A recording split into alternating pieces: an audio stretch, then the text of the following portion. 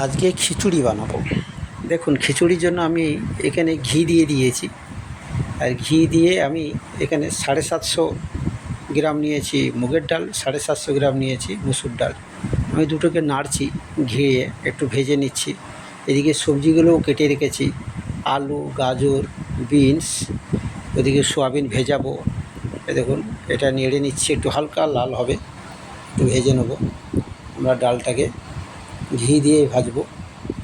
এবার বাঙালি খিচুড়ি খুবই পছন্দ করে। দেখেন, এই যে খিচুড়ি অনেক কোনো পুজোতে খিচুড়ি বানানো হচ্ছে, হয়তো বৃষ্টি হচ্ছে, বাঙালি খিচুড়ি খাবে, খুবই ভাল লাগে। দেখুন, আলুগুলোকে আমি সবজিগুলোকে একটু ভেজেই নেবো, আমি কাঁচা সবজি দেবো না। ফুলকপি আছে, ফুলকপিও ভাজবো, সব কিছু ভেজে নেবো হালকা করে। ভেজে নেওয়ার পরে আমি দেখুন ভেজে এগুলো তুলে নেব।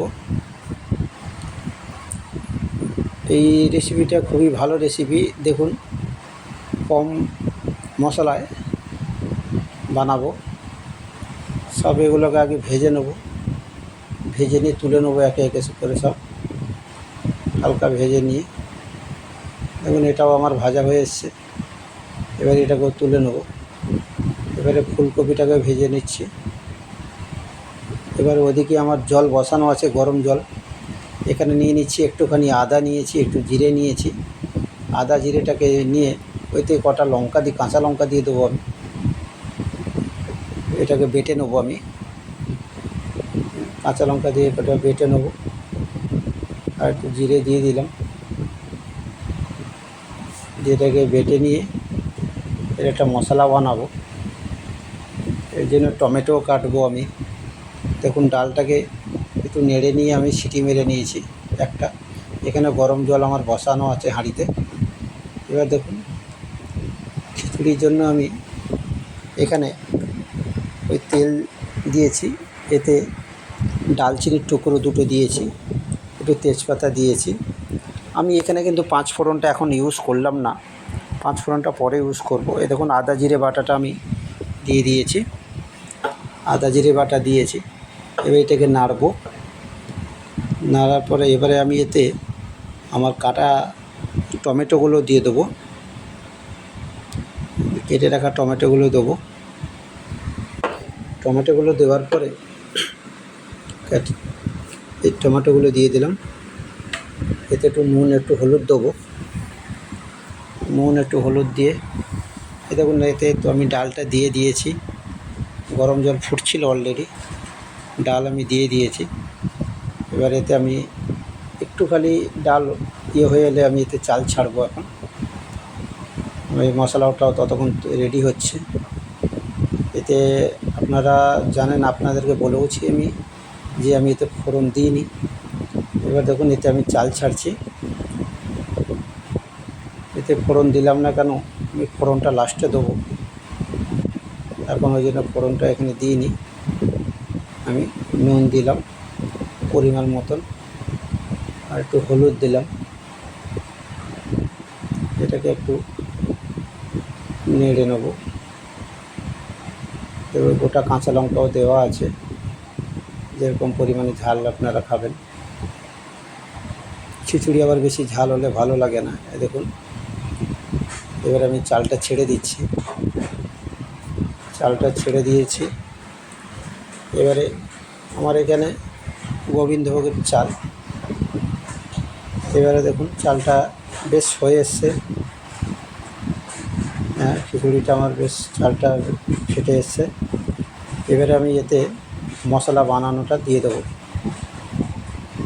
ভেজে রাখা সবজিগুলো সব দিয়ে দিয়েছি, সোয়াবিন টোবিন সব দিয়ে দিয়েছি। এবার মশলাটা দেবো, বানানো মশলাটা আমি দিয়ে দিচ্ছি। এতে কত সোয়াবিন ফেলে দিয়েছিলাম আমি, এই যে ভাজা মশলা বানানোটা আমি দিয়ে দিলাম। আমার চাল অলরেডি রেডি হয়ে এসছে। খিচুড়ি টাইম হয়ে গেছে খিচুড়ি হওয়ার। এবার দেখুন, কালারটাও এসছে, গন্ধটাও বেরোচ্ছে খিচুড়ির। এবারে আমি বলেছিলাম যে আমি এতে ফোড়ন দিয়েছিলাম না, এবারে আমি ফোড়ন দেবো। এই দেখুন, ঘি দিয়েছি, একটা প্যানে আমি ঘি নিয়ে নিয়েছি। এতে এখন 5 ফোড়ন দেবো, ফোড়ন দেবো।